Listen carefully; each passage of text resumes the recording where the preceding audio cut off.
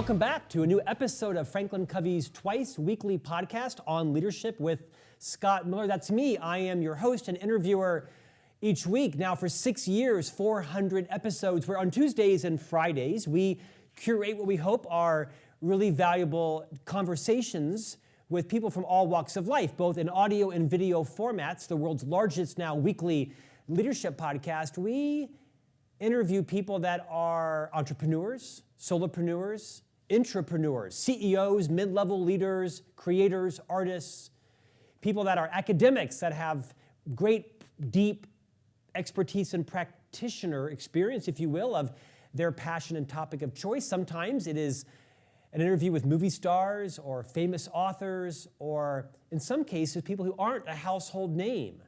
They just dedicated their life or their recovery, in some cases, from an unspeakable setback or tragedy, and summoned the courage and confidence and, quite frankly, abundance to come on our program and teach what they learned from this tragedy or setback or sometimes life-altering circumstance. All walks of life, 400 episodes, all kind of congealed around this topic of leadership that Franklin Covey and its collection of great professionals around the world have dedicated 40 plus years of our lives to building what is now the world's most trusted leadership firm. Franklin Covey, of course, the sponsor of this podcast, and for me, a 30-year association, formally or informally, almost my entire career has been invested in helping this company and their clients grow their leadership skills. Our company, of course, co-founded by the seminal author and thought leader, Stephen R. Covey, who wrote the book, The 7 Habits of Highly Effective People.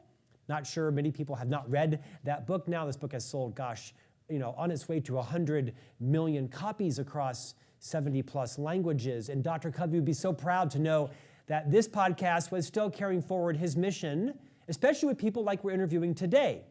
His second appearance on this podcast in 6 years, his name is Geoff Woods. You know him as a leader in the leadership business, and he has just written a new book titled The AI-Driven Leader, Harnessing AI to Make Faster, Smarter Decisions. Now, I will tell you, my doorstep is covered weekly with 30 to 40 books from publicists, agents, publishers, authors hoping to land a spot on this podcast. We are not a book review podcast, but most thought leaders have likely written a book, and certainly AI is the topic du jour for the last couple of months. I probably have 50 AI books sitting on our office downstairs, but this one was a little different because, in fact, it isn't actually a book about AI, even though it's titled The AI-Driven Leader. It really is a great leadership book, and Geoff Woods is going to explain more about that to us today. Geoff, welcome to On Leadership.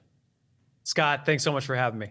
Hey, welcome back. You joined us, a couple of years ago, talked about a lot of different topics, and since then you went into a deep writing mode where you have just written this soon-to-be seminal book about leadership and the role that AI plays in growth in teams and engagement, and not just efficiency and productivity, but about growth inside organizations.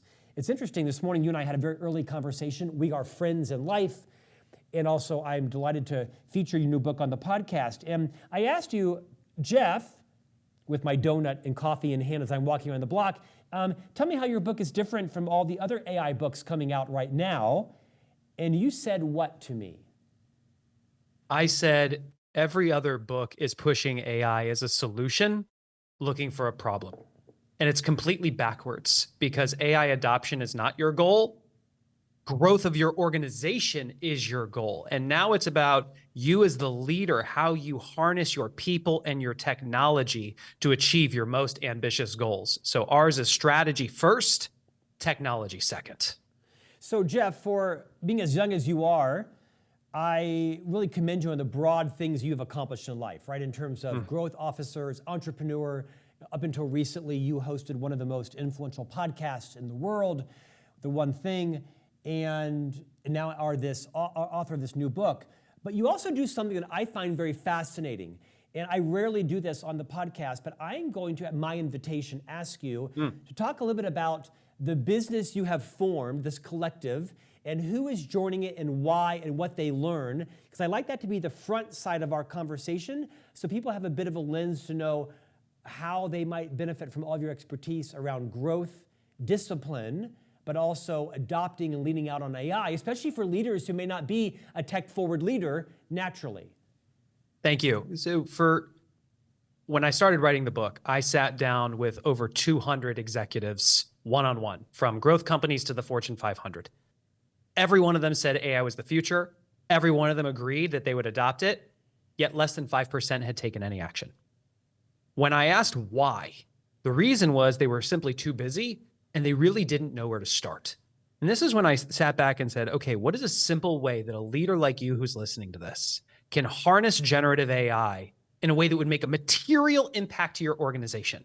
And the answer is not showing you how to write a better email with ChatGPT, but your ability to think strategically. That is the difference between growing your business or going out of business.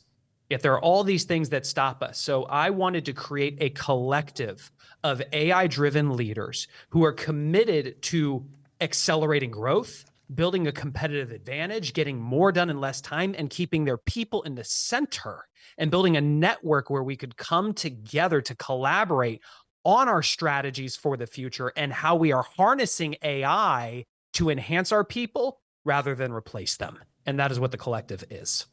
So talk a little more practically, because I'd like people actually maybe to even go to the website, because I found what you're doing to be remarkably unique in terms of leaders and organizations that may be a little bit sheepish or apprehensive to lead out on AI. Doesn't mean that they're using the tool every day, but there's certainly a practice leader, as you call it, in terms of understanding the proficiency and opportunities.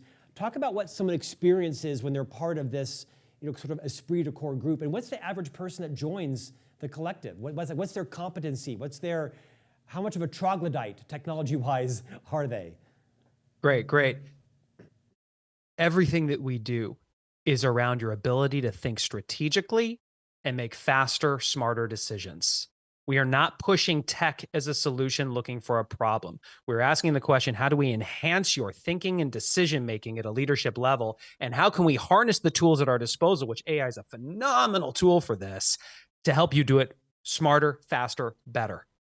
A month ago, Scott, I sat down with a CEO and I asked him what his biggest challenge was. And he said, Geoff, I own a manufacturing company. We signed a capital equipment lease with a company out of Japan. Things have shifted with our organization, and now the debt structure is literally killing our company. We will go bankrupt if the debt does not get restructured. And I said, oh my gosh, that's a very tough problem. What have you done? And he walked me through all the things that he had tried doing and why they didn't work. But it really boiled down to the fact that this was a Japanese company that was publicly traded, and the board viewed restructuring the debt as something that would make them lose face in Japanese society. That's the situation that this CEO is dealing with. And he looked at me and he said, can AI help? And I said, let's find out. If you're viewing AI as a Google or an assistant, you're deeply underestimating its potential and the impact it can have in your life. Yet if you view it yourself as a thought leader and AI as your thought partner, this is a powerful synergy. So here's what we did. I opened up an AI model and I wrote a very strategic prompt. Everything I just shared with you, Scott, in terms of I'm the CEO of this company, the Japanese board, the debt, the things that they did in the past, I put all of that into the prompt. And then I said, I want you to act as an investment banker with deep expertise in restructuring debt. Interview me by asking up to 3 questions. Just ask them one at a time so that you can gain additional context. And then I want you to generate 5 non-obvious strategies that I could deploy that would get the board to restructure the debt. The very first question AI asked was, do you have relationships with other influential executives in Japan that the board would respect? The CEO looked at me and went, holy smokes, I do. And so we typed in the information. And then it asked 2 more questions very focused on Japanese culture and society. He answered them. And then it said, here's your 5 non-obvious solutions. The very first one was called the Saving Face Consortium. It suggested that this CEO actually had enough relationships with other influential executives that he should consider approaching them to acquire the debt with extremely favorable terms, which would allow the debt to get restructured and the Japanese board to save face. He looked at me and said, Geoff, for 90 days, I have been wrestling with this, thinking this was going to put us out of business. And in less than 10 minutes, here's a solution that I actually think could work. Scott, I literally texted him yesterday to see what's happened. And he said, the ball is moving. We're not there yet, but we're close. And I think this is going to work. Geoff, you don't position yourself as an expert on AI, although you certainly have expertise on it. Perhaps you are one of the leading experts on it. Talk to us a little bit practically around how important the prompt is. We're going to get into some of the leadership principles you teach in a moment here, but it sounds like for me and many of my contemporaries that, we can converse about AI. We understand its benefits, both in efficiency and productivity. We understand the wave that is coming and its impact on humanity and jobs and opportunity and growth and our existence. How important is the prompt, and how does someone get really expert at their prompt? I want you to think about your marriage, Scott. How important is communication with your wife? Nothing is more. Why?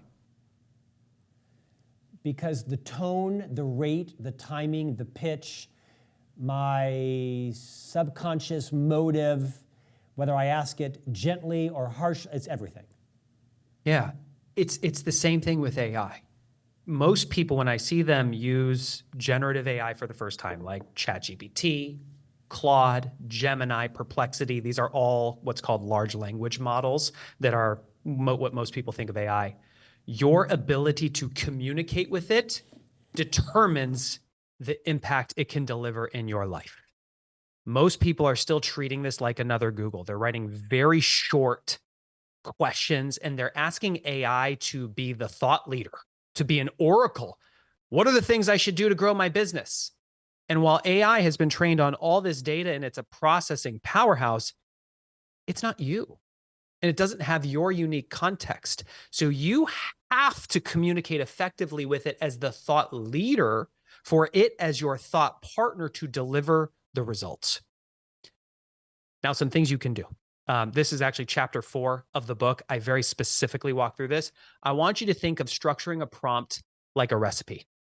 If I came over for dinner to your house, Scott, which thanks for the invitation, and let's say you were cooking dinner, you'd open up the fridge, you'd pull out all these ingredients. You wouldn't pull out every ingredient that's in your refrigerator, and you wouldn't use every ingredient in the same quantity.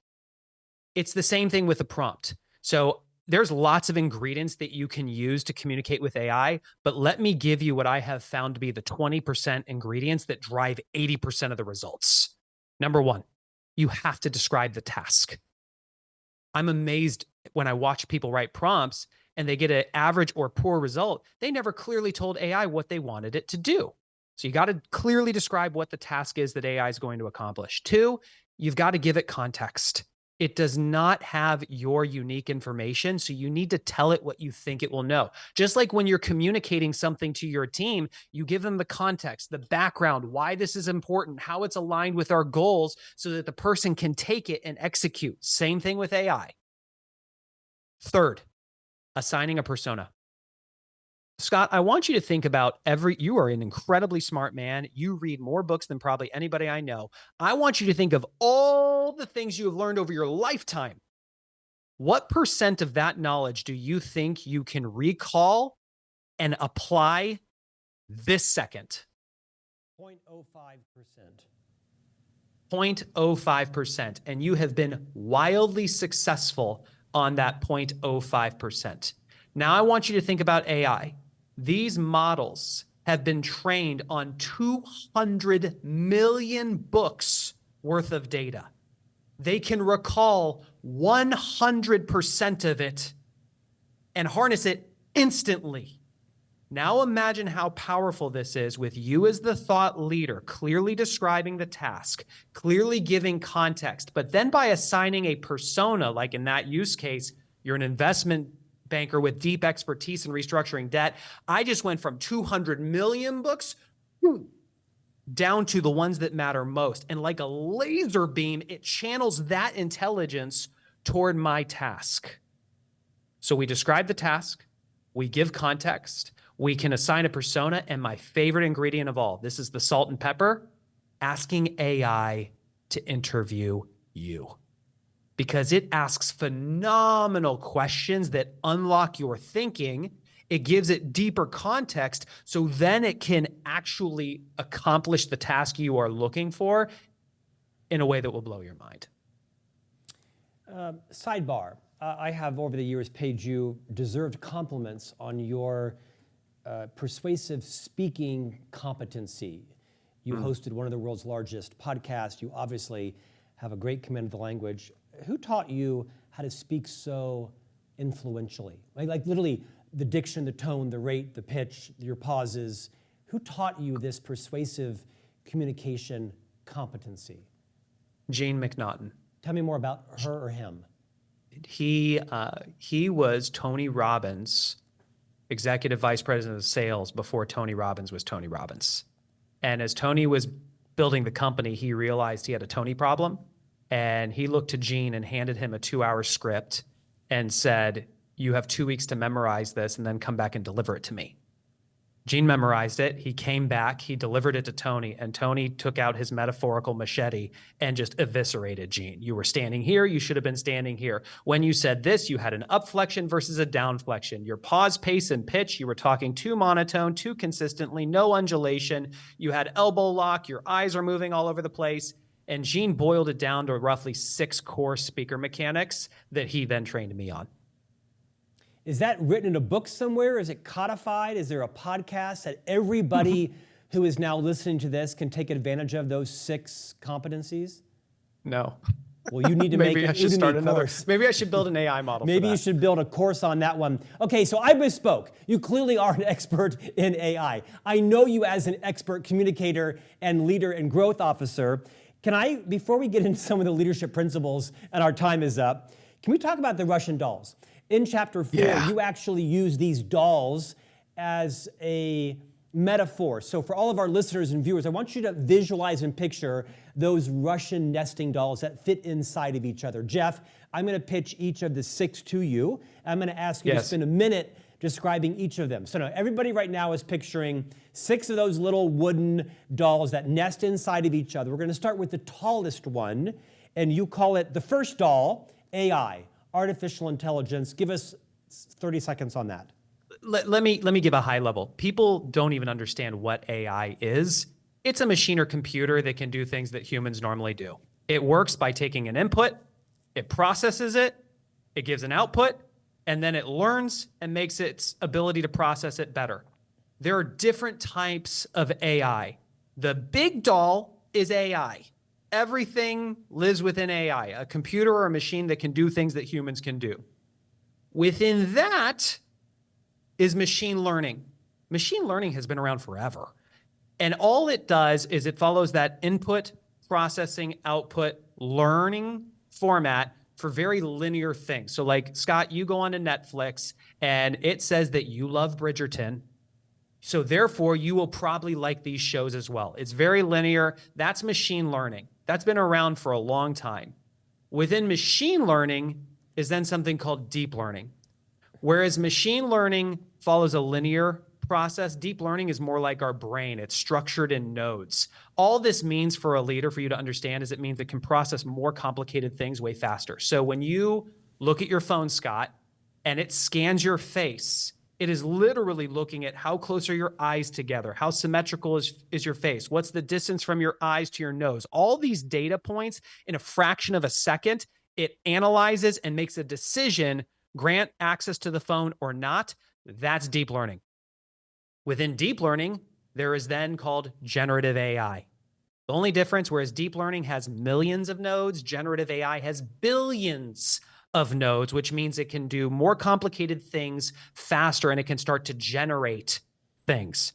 Within generative learning is large language models, LLMs. When people think of AI today, they're thinking of LLMs, like a chat GPT. And that allows you to use natural language, like me to say, write an intro to a podcast in the voice of Scott Jeffrey Miller that would strike a chord with a non-technical CEO of a $250 million a year company. It would be able to understand that and do it. That's a large language model. And then within that, there's something called general artificial, or AGI, artificial general intelligence. This does not exist yet. It's an aspiration of an idea of AI that can do anything a human could do. Oh, people are doing this already.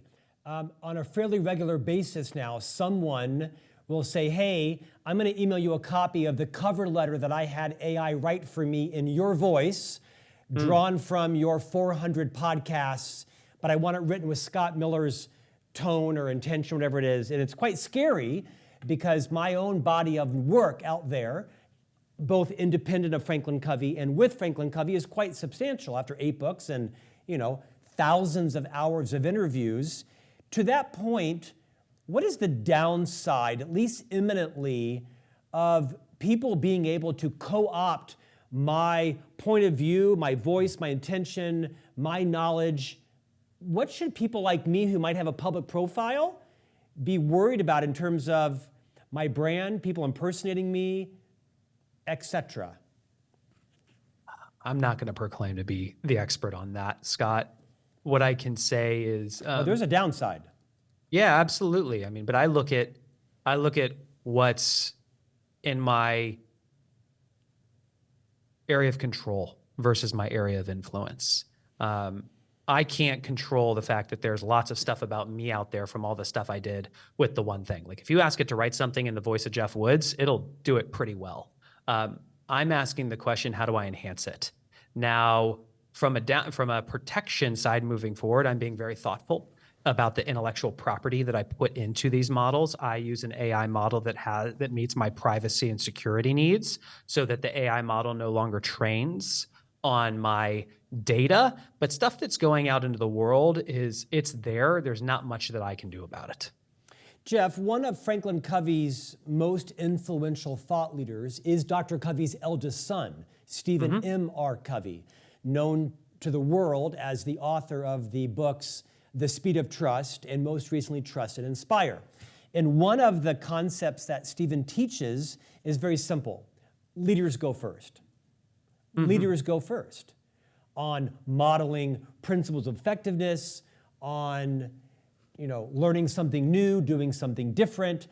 You agree with that. And I want you to expound on the role of a leader inside an organization. Perhaps it's a team leader, division president, CEO, founder, whatever it is. You're pretty passionate around what the role of a leader should be in using AI to achieve growth.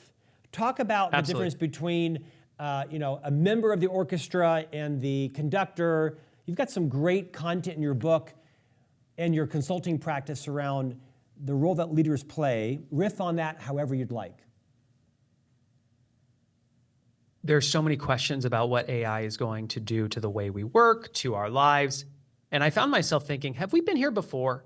And so, Scott, I went back and I researched the history of technological revolutions, which is chapter 2 of the book. I looked at the printing press, the steam engine, the assembly line, electricity, the internet. The thing that was very clear to me is that technology changes the skills that we apply and the processes that we follow. And that's all a job is. Your job is a combination of the skills you apply and the processes that you follow. Technology will change it. So if we know that kind of change is going, it can happen for us or it can happen to us. What does a leader do? A leader doesn't bury their head in the sand and ignore it and let other people determine the destiny of the organization. They get in the driver's seat and they determine where they're going to go. They start moving the organization in that direction and they take the detours as they need to. This is something I experienced firsthand. When I had sold my stake in the company behind the one thing, I had a 2-year non-compete that I got to honor. So I had the opportunity to go in-house with one of our clients at the time called Jindal Steel and Power. massive steel company, operations in India, Africa, the Middle East, and Australia. We had 100,000 people globally. I had been the chairman's coach. And when he found out I left, he called me and asked if I would come in-house. I said, maybe, what's the job? And he said, you tell me. So I stepped in as the global chief growth officer. My job was to sit alongside the Jindal family and understanding the future vision for the various operating companies, and then work with the executive teams, almost like a hybrid of a chief people officer, a chief HR officer, and a chief growth officer, to identify those processes we could drive through every operating company to drive growth. I focused on 4 things: strategy, execution, people, and technology. AI came out, or ChatGPT came out, and I saw it early. And Scott, I thought to myself, my job as a leader is not to predict the future, but it's to prepare the organization to survive a variety of futures and thrive in spite of them. I had a hypothesis that AI was a big deal, and therefore I needed to go first. I needed to become a practice leader of the technology so I would have a level of competence and understanding to lead the organization. As I started to become a practice leader of the technology, specifically using it to elevate my strategic thinking and decision-making abilities, I was convinced. So I sat down with the chairman. I made the case for why we should drive this through all the operating companies. He said yes. I suggested that he own this as chairman of the board, and he said, how about you do it? So now all of a sudden I'm flying to India every quarter. I'm going to the Google headquarters in Delhi. I'm sitting down with their developers. I'm looking at use cases. We're fine-tuning models. And I looked up and just realized this is way bigger than I ever thought possible. Yet there was an absence of leadership in the market, because all the AI authorities were tech companies pushing AI as a solution, looking for a problem and telling you, if you don't adopt this, you'll be out of business in the next 6 months, which is just hype. I felt that there was a need for somebody who could give trusted guidance on how leaders could think and who they could become to accelerate growth, build a competitive advantage, and get more done in less time. During my time as a chief growth officer, we took the market cap of Jindal Steel from 750 million to 12 billion. So, and it all starts with who the leader is, how they think, and how they act, which drives the results. You have a great story amongst many in your book about a CEO who is struggling to help this company survive and thrive, and in this case, he's a he, and his relationship with the board, and you use a metaphor of a car. Would you retell this story? Because I think a lot of leaders are going to resonate with it, and then what was the outcome of this? Sure. So there was a CEO that I was advising. I was brought in by the board. The company was not in good shape. It needed a turnaround. And the CEO came in, and it was pretty clear to me that things were not going well. And one day he and I were talking, and I just asked him, I said, I drew a picture of a car, and I just drew a driver's seat, a passenger seat, and a trunk. And I looked at him and I asked, which seat are you in right now? And he asked, what do you mean? And I said, well, are you in the driver's seat declaring the direction of the organization and actually leading the organization in that direction? Are you in the passenger seat where somebody else is determining the direction and you're just along for the ride? Or have you mentally gotten into such a negative or victim mindset that you literally locked yourself in the trunk and you're the only one with the keys? And he goes, oh, I'm in the trunk. And I asked him, what seat should you be in? He said, I should be in the driver's seat. And so I said, okay, great. I want you now to imagine that version of you. In the driver's seat, what would you be thinking and what would you be doing? And he said, I need to sit down with the board and tell them, you hired me to be the CEO. This is the direction we need to be going. You need to evaluate me based on my ability to deliver the results, but this is where we are going. Because up until that point, he would say a direction, but the board would challenge him and tell him to go run in another direction. And he allowed himself to get picked into the passenger seat and ultimately put himself into the trunk. It's a visceral story that I'm sure a lot of people are going on to Amazon right now to pre-order their copy of The AI-Driven Leader. Geoff, as we end, I want you to tell people how they can research the collective, how they might look at membership, and what that experience looks like. AI Leadership is the URL for the company. Everything lives there. You can learn about the collective. You can learn about the consulting opportunities. We can do workshops and training sessions for executive teams. Our focus is working primarily with non-technical, ambitious, innovative, growth-minded decision makers. You do not have to be the CEO, but you have to be at a level where you can allocate budget and actually deploy things within your organization. We go from growth companies all the way up to the Fortune 500, but we are here for people who are who believe that your ability to think strategically is the difference that makes the difference. They recognize that they don't have enough time to do it. They don't always have the right data. They have biases and assumptions. They feel all these pressure to deliver results yesterday, and they want to belong to a cohort of like-minded people where we get off-site and do the strategic thinking. We ask the tough questions. We push each other, and we are committed to becoming practice leaders of AI so that we can harness it to accelerate growth, fortify a competitive advantage, and help our people get way more done in less time. I actually think that jealousy can be a healthy, motivating complement. I'm super jealous of your knowledge, expertise, to correct myself earlier on AI, but I'm most jealous of your ability to communicate so effectively. I kind of want to be you when I grow up. Geoff Woods, you are the author of the new book, The AI-Driven Leader, Harnessing AI to Make Faster, Smarter Decisions. Thanks for joining us today. And Scott, may I offer one more thing? Please. I am also going to launch the AI-Driven Leader podcast so that I can record conversations with leaders like you, where we are actually having AI become a thought leader to them to solve real problems. You can continue the journey there as well. And at some point, you can visit Scott and Geoff's course on the 6 points of phenomenal communication as we begin to design that together this afternoon. We'll see you back here next week for a new conversation on leadership.